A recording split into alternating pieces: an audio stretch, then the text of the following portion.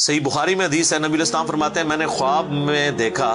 کہ میں نے یوں تلوار لہرائی ہے تو اس کا اگلا حصہ ٹوٹ گیا، تو میں نے اس کی تعبیر کی ہے کہ احد میں ہمیں تکلیف پہنچے گی، اور پھر میں نے دوبارہ تلوار لہرائی تو وہ اپنی اصلی حالت میں واپس آ گئی، تو اس کی تعبیر میں نے کی ہے کہ اس تکلیف کے بعد پھر اللہ تعالیٰ ہمیں راحت دے دے گا۔ ظاہر ہے کہ پھر الٹیمیٹلی شکست جو ہے وہ فتح شکست میں بدلی، اور پھر شکست سے دوبارہ سے سروائیول تو کم از کم ہوگی، اگرچہ کئی انصاری اصحاب جو ہیں وہ شہید ہوئے، مدینے کا کوئی گھر نہیں بچا تھا جس میں میت نہ ہو، ایک غم کا عالم تو تھا۔ مہاجرین میں سے بھی حضرت حمزہ بن عبد المطلب،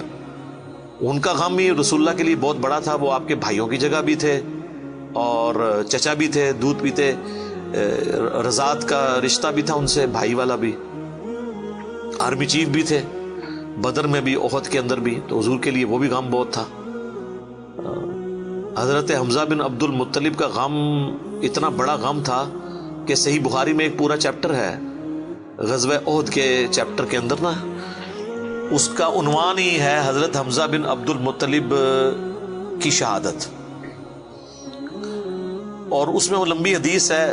واشی کے بارے میں۔ دو تابعین جو ہے وہ واشی کو ملنے کے لیے جاتے ہیں، وہ شام میں شفٹ ہو چکے ہوتے ہیں، اور ان سے جا کے حضرت حمزہ کا قتل کے بارے میں پوچھتے ہیں،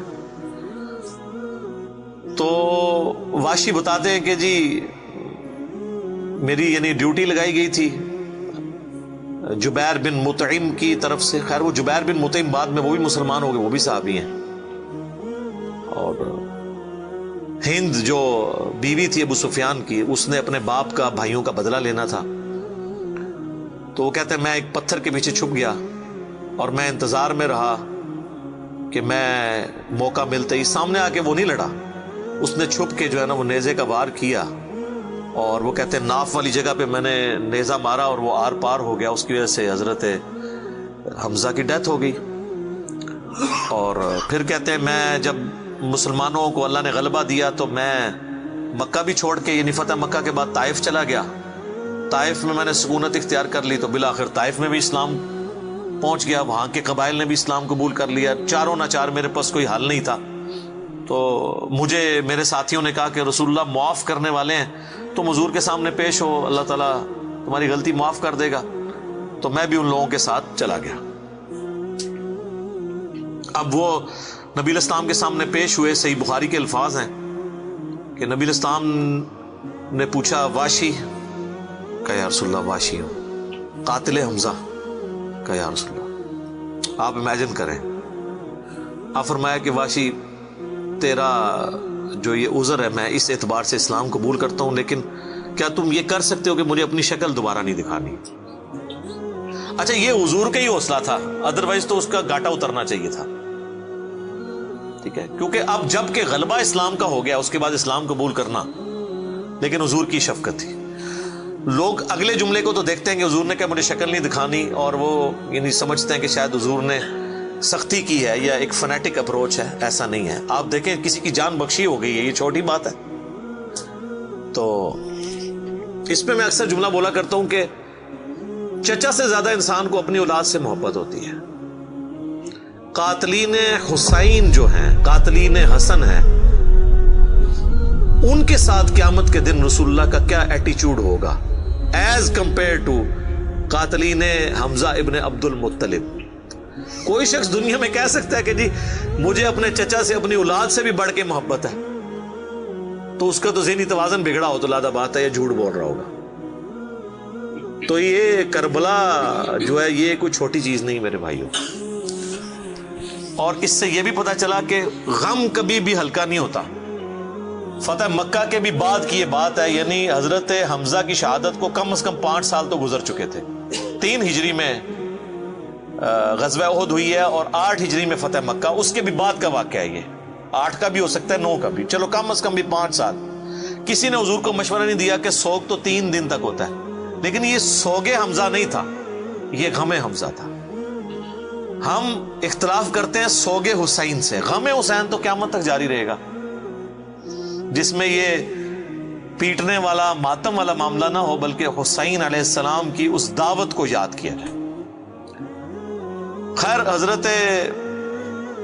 وحشی کہتے ہیں، ظاہر ہم تو ان کا احترام سے نام لیں گے، صحابی تو ہیں، وہ کہتے ہیں کہ مجھے پوری زندگی اس بات کا غم تھا اور میں اللہ سے دعا کرتا تھا کہ اللہ مجھ سے نہ کوئی بڑا کام کروانا ہے۔ تو بخاری کے الفاظ ہیں، وہ کہتے ہیں جب مسیلمہ کذاب نے دعوی نبوت کیا تو میں نے اللہ سے دعا مانگی کہ اللہ میں نے اسلام کے سب سے بہترین شخص کو قتل کیا تھا، یعنی حمزہ کو، اس میں کوئی شک نہیں ہے، میرا تو اجتہاد ہے، اگر حضور کی وفات کے وقت حضرت حمزہ زندہ ہوتے نا تو پہلا خلیفہ حضرت حمزہ نے بننا تھا، کیونکہ خلفائے راشدین جب موجود تھے، جب تک خلیفہ راشد نہیں وہ بنے تھے ابو بکر، عمر، عثمان و علی، ان کی موجودگی میں بھی حضور نے اپنا آرمی چیف حضرت حمزہ کو بنایا ہوا تھا۔ بدر میں حضرت ابو بکر، عمر، عثمان و علی میں سے تو کوئی نہیں تھا حضور کی طرف سے آرمی چیف، یا حضور ظاہر ہے حضور علیہ السلام کو تو میدان جنگ میں وہ نہیں آنے دیتے تھے، خیمہ پیچھے لگاتے تھے۔ احد میں تو چونکہ کافر آپ کے خیمے تک پہنچ گئے نا، اس لیے پھر آپ کو فرنٹ سے لیڈ کرنا پڑا، ادروائز بدر و احد میں آپ خود آگے جا کے نہیں لڑے۔ اور حنین کے موقع پر بھی 12,000 کا لشکر تھا اور صرف 80 بندے رہ گئے تھے، صحیح بخاری میں آتا ہے 12,000 میں سے، اور حضور اکیلے آگے جا رہے ہیں۔ اور پھر آپ کی دلیری کی وجہ سے آپ نے، بخاری کے الفاظ ہیں، آپ نے زمین سے یوں مٹھی بھری مٹی کی اور یوں کافروں کی طرف بھیجی، اور قرآن میں اس کا ذکر ہے وَمَا رَمَيْتَ إِذْ رَمَيْتَ وَلَكِنَّ اللَّهَ رَمَىٰ، اے نبی جب تم نے وہ کنکریاں پھینکی تھی وہ تم نے تو نہیں پھینکی تھی، وہ تو اللہ نے پھینکی تھی، بس وہ مبارک ہاتھوں کی برکت تھی۔ جب آپ نے یوں مٹی پھینکی تو سامنے جو قبیلہ حوازن کے لوگ جن کے تیروں کا مقابلہ کوئی نہیں کر سکتا تھا، ہر ایک کی آنکھ تک وہ کنکر پہنچا، وہ اندھے ہو گئے، اور حضور فرنٹ سے لیڈ کرتے ہوئے انا النبی لا کذب، میں نبی ہوں اس میں کوئی شک نہیں، میں عبد المطلب کا بیٹا ہوں اس میں کوئی شک نہیں، یہ آپ علیہ السلام یہ اشعار پڑھتے ہوئے آگے گئے۔ تو نبی صلی اللہ علیہ وآلہ وسلم کے لیے حمزہ ابن عبد المطلب کی بڑی اہمیت تھی۔ تو اب واشی کہتا ہے جب مسیلمہ کذاب نے دعوی نبوت کیا تو میں نے اللہ سے دعا مانگی۔ دیکھیں اللہ تعالیٰ سب کی دعائیں سننے والا ہے، اور میں نے کہا یا اللہ مجھے موقع دے، میں اسلام کے بہترین شخص کو میں نے قتل کیا ہے تو میں اسلام کے بدترین دشمن کو بھی میں ہی قتل کروں۔ دیکھیں اسلام کا بدترین دشمن وہی ہو سکتا ہے نا جس نے دعوی نبوت کیا ہو اور مسلمانوں کی جمعیت توڑ دی ہو اس وقت میں جب حضور کی ڈیتھ ہو چکی ہے، لیڈر جا چکا ہے، اور پیچھے مینجمنٹ کو کمزور کرنے والی بات ہے ہزاروں لوگوں کا مرتد ہو جانا۔ تو وہ کہتے ہیں کہ میں جب جنگ یمامہ کے لیے ندا کی گئی تو میں بھی اس لشکر میں شامل ہوا، اور میں نے اپنے وہی نیزہ جس سے حضرت حمزہ کو مارا تھا، سر عمر سیریز میں انہوں نے یہ سین فلمائے ہیں، وہ نکالا اور اللہ سے مانگا، اور کہتے ہیں میں نے دیکھا کہ وہ گھنگریالے بالوں والا جو ہے وہ اونٹ کی رنگت کا اس کا جسم وہ دیوار کے ساتھ ٹیک لگائے ہوئے کھڑا ہے۔ تو میں نے پوچھا کہ وہ مسیلمہ کذاب کون سا ہے، تو انہوں نے بتایا یہ ہے۔ انہوں نے دور سے اس کو مارا، ان کا نشانہ تو بڑا زبردست تھا، تو وہ مارا گیا اور گر پڑا زمین کے اوپر اس نیزے کے وار سے۔ پھر ایک انصاری صحابی نے آگے بڑھ کے اس کی گردن کاٹ دی۔ تو پھر وہ کہتے تھے کہ مجھے اللہ سے امید ہے کہ اللہ تعالیٰ اس نیکی کی برکت سے میری وہ غلطی معاف کر دے گا۔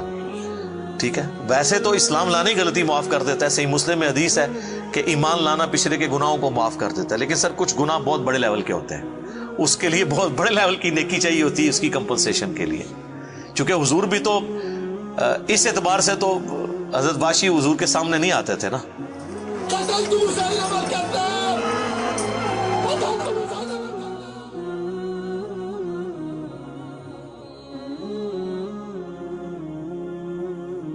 اور یہ کتنی بڑی ان کے لیے تکلیف دہ چیز تھی کہ جس نبی کا کلمہ پڑھا ہے وہ کہہ رہے ہیں مجھے شکل نہیں دکھانی۔ آپ اس تکلیف کو سوچ سکتے ہیں۔ ہاں اب میں یہ سمجھتا ہوں، اللہ سے امید کرتا ہوں کہ قیامت والے دن حضرت واشی حضور کے سامنے اس اعتبار سے پیش ہو سکتے ہیں کہ مجھ سے یہ غلطی ہوئی تو یا رسول اللہ دیکھیں آپ کے سب سے بڑے دشمن کو بھی میں نہیں قتل کیا، تو یہ بہت بڑی سعادت ان کو ملی۔ رضی اللہ عنہم اجمعین وعلیہم السلام۔ صلاۃ بر محمد وآل محمد، اللہم صلی علی محمد وعلی آل محمد واصحابہ اجمعین الی یوم الدین۔